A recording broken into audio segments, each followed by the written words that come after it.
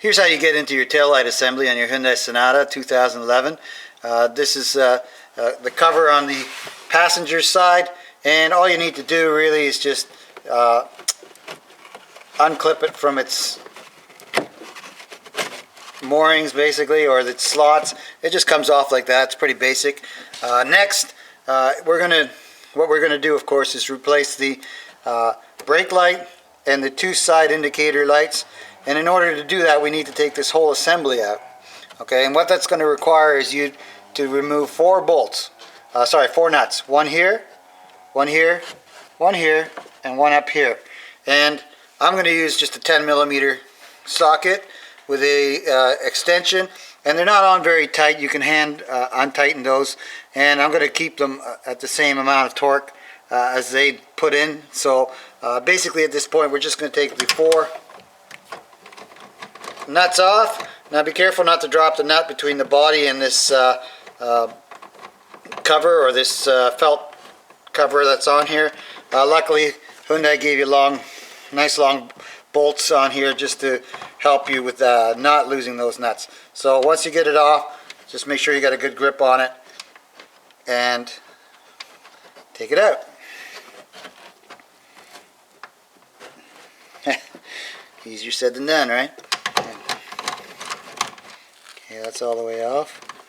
Now make sure you get your fingers on it before you take it out. There we go.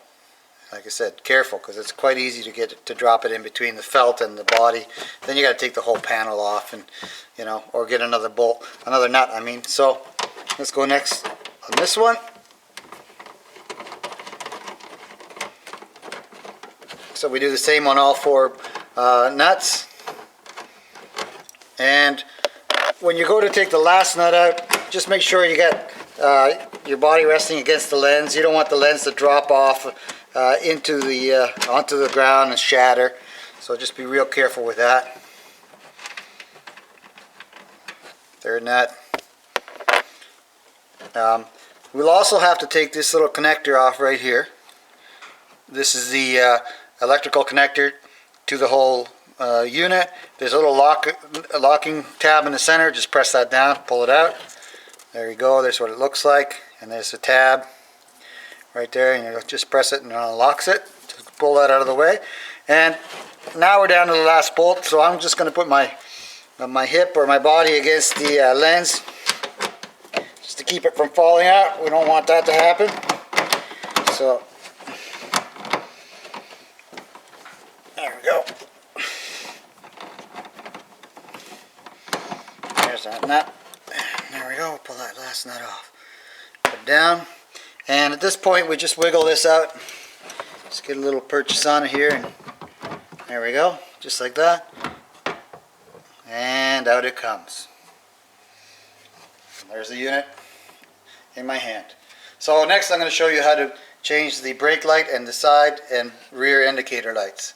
And we're going to turn them into LEDs.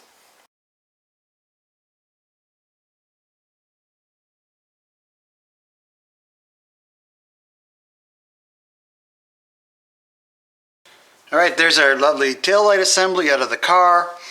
Basically going to flip it around, show you what we need to do. Alright, first off, let's see if I can get some light on it. Might be a little tough. There it is. That one light right there near the electrical connector for the whole assembly, this one, and that's the inner indicator light or parking light, is the tough one out of all three to get off, and that's why we took the panel, this whole assembly off, because you can't actually get it off without doing that. Kind of a bummer, but the rest are really easily accessible. There's your turn signal. We're not dealing with that. Brake light and your outside indicator light. So let's start with the outside indicator light, and just turn it counterclockwise. You hear it click, and out it comes. This is a 194. As you can see, this is incandescent. So it just pulls off, and then we put the new light right back in. These are the LED 194s, as you can see. Thing about these lights is that they do have polarity, so there's a 50-50 chance you get it wrong, and there's of course a 50-50 chance you get it right. So what you need to do is just put them in. If we can get them to fit right, get mine to fit right here. There we go. Takes a bit of force. It's friction fit. And don't put it back into the hole right away, because we want to make sure that the polarity is right on these. Because if the polarity is wrong, they won't light at all. There is a positive and negative to these lights. The incandescents don't have that issue, but the LEDs certainly do. They're an electronic circuit as well as a light. So just leave them out. So I'm just going to put it to the side here. Next, we're going to take out the brake light. I'm going to show you that. There it is. Now, I want you to note something, a few things. First of all, notice the discoloration on that plastic. That's how hot that light gets. And look, you can even see the brown on that light if you look at it in the right direction. So these lights have a tendency to get quite hot. So, you know, basically the LEDs will run a lot cooler than these for sure. And if you've had it on for a while, be careful, because this may be hot. This is an 1157. This is a 194. So the 1157s have two posts on them. As you can see, they're staggered, right? One here, and they're at different heights on the stem. So I'll show you why that matters here in a second. Here's my 1157 LED.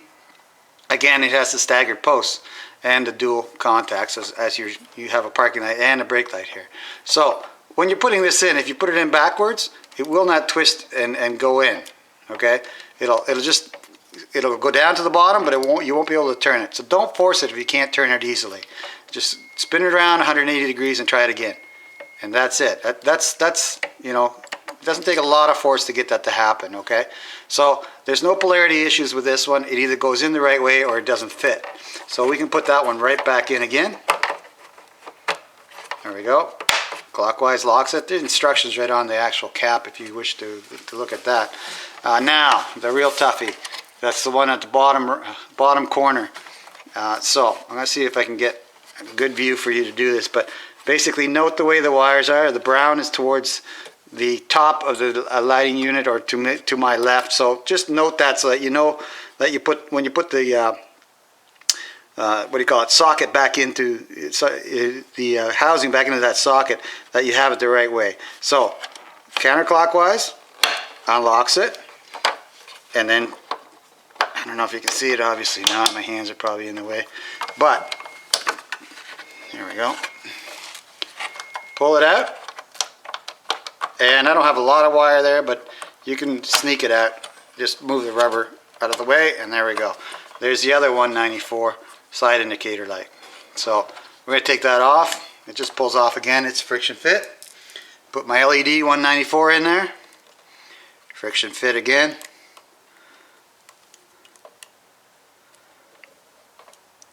And like I said, don't force it too hard. If it doesn't go, just flip it. You know, you'll get it. We've got to check it anyway. There we go. So there it goes into that socket. It's flush. Now remember, don't put these back in. Don't put either one of these back in, because these have to be tested. And the way you test it is you just put it in the trunk, hook up your connector, and turn on your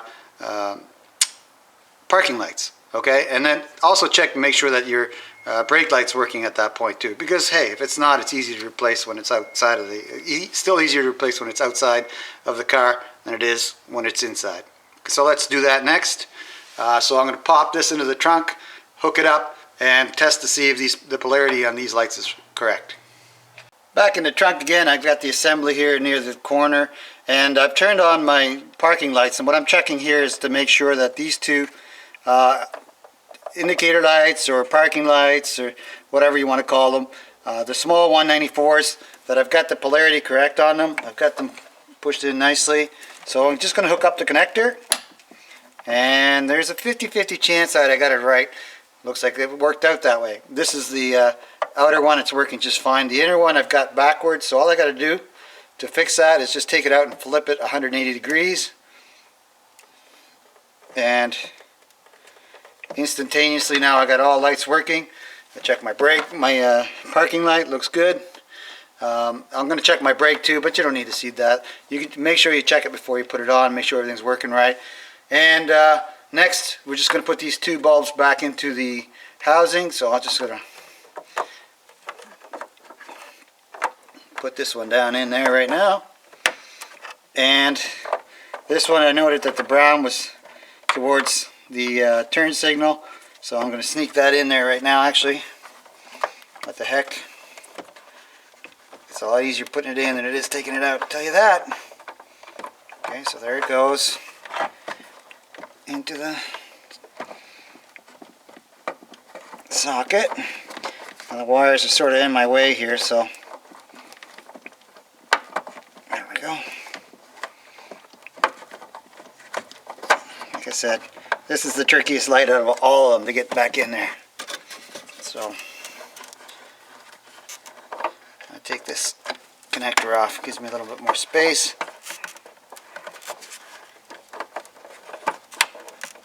Alright, there we go. Clicked in. My wires are free, so you can see that. Get your right angle, it's hard to do. Yeah, it's not a lot of light. There it is. Sorry, there it is.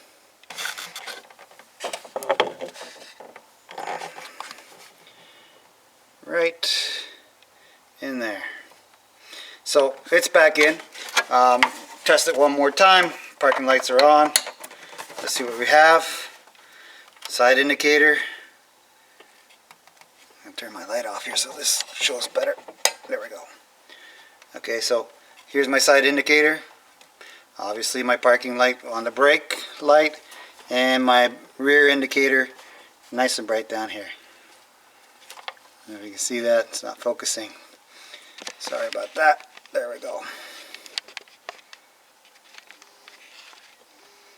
Okay, so we know next thing I'm going to do is just test the brake light prior to putting it back in, and I'll show you the tricks and tips on how to put it back in.